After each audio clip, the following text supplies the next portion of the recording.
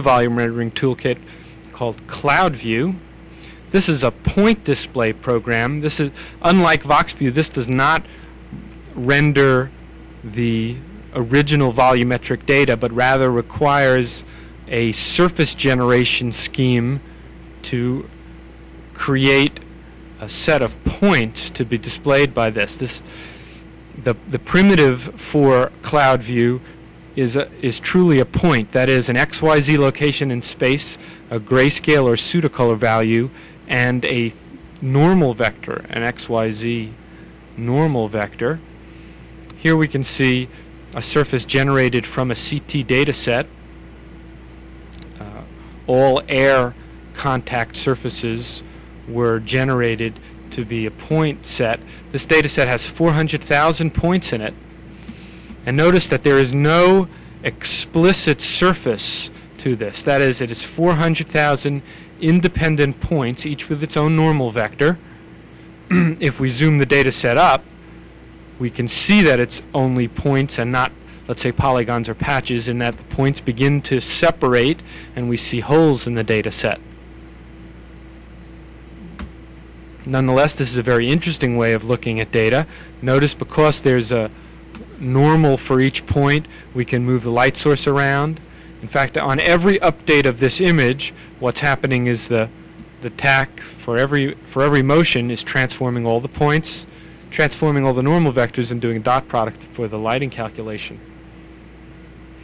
This works with other than just medical data.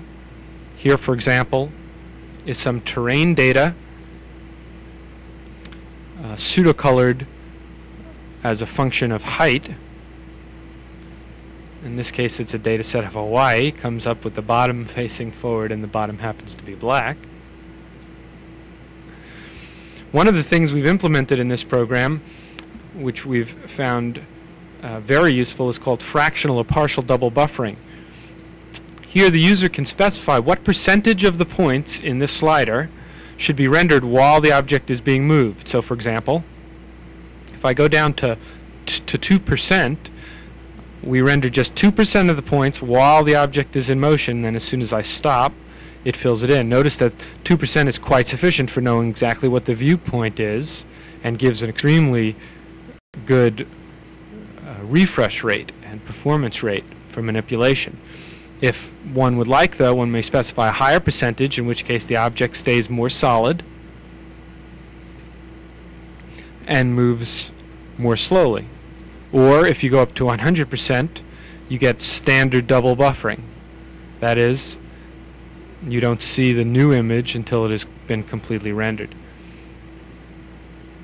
So the user can specify the trade-off between performance and picture quality. Yet another data set that we have used with this format is a solvent accessible surface of a DNA molecule. This was again calculated on a Cray at Scripps Clinic in La Jolla. The solvent accessible surface, or Connolly surface, traditionally has not been able to be viewed interactively except with very sparse point clouds on vector displays or something akin to vector displays. The only alternative has been to do static images of the shaded surface. Using this point cloud technique, we can do a full shaded surface and yet manipulate it. Notice in this case, we're not looking at a random display of the points when it's being moved. Rather, the user indicated that they wanted to look at the phosphates while the picture is being manipulated, and so that is what's displayed while the object is moved, and then the rest of the points are filled in. This program also works in stereo, which I again will just show for a moment. You can see the left and right images being displayed, but of course you can't see the stereo without the stereo apparatus.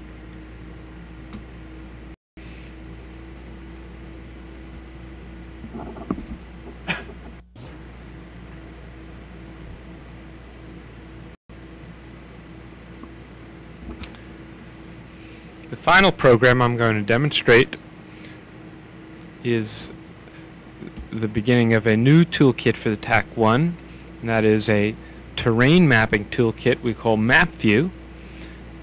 This is a program that generates wireframe meshes, 3D meshes of landscapes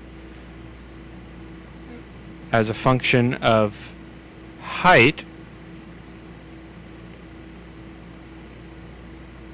Here we've loaded up an image in the right, and then the mesh gets generated automatically here on the left with height as a function of, in this case, pseudocolor or intensity of it's actually a height data set. We have many different controls for this. We can vary the number of polygons in the mesh, vary the altitude of the view,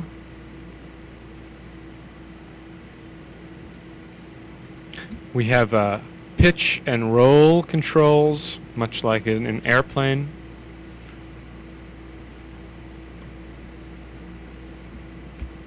Here on the map of the image, we have a red marker and a blue marker. The blue marker is the viewpoint and the red the target. So if I click on the red, as I move this around, we're moving the target, or that which we are looking at. And similarly, we can click on the eye point and fly around over the data set, over the target.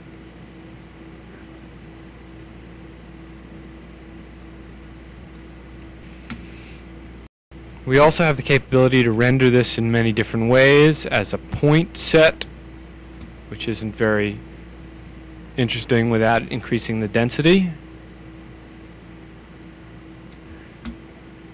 We saw as a set of vectors, or as shaded polygons.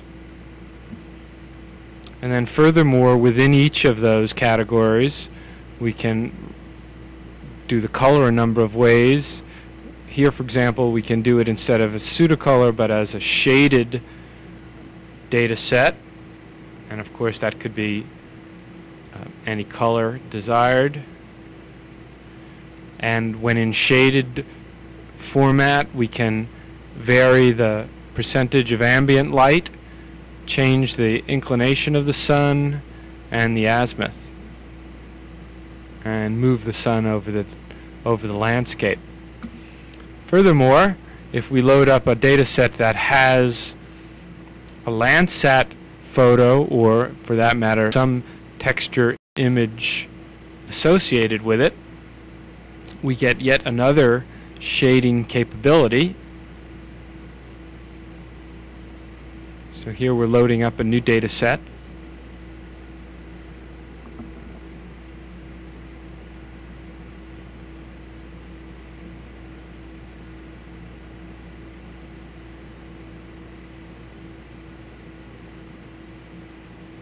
This is of the Sierras.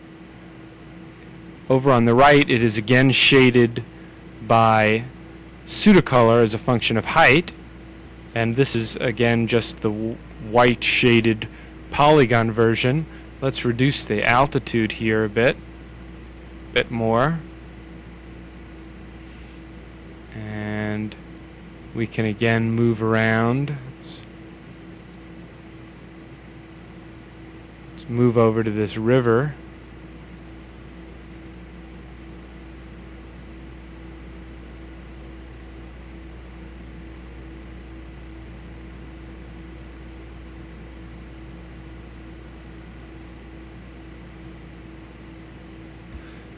And if we'll note, an additional, because this does indeed have a Landsat photo, we get a fourth choice for map color, and that is texture map.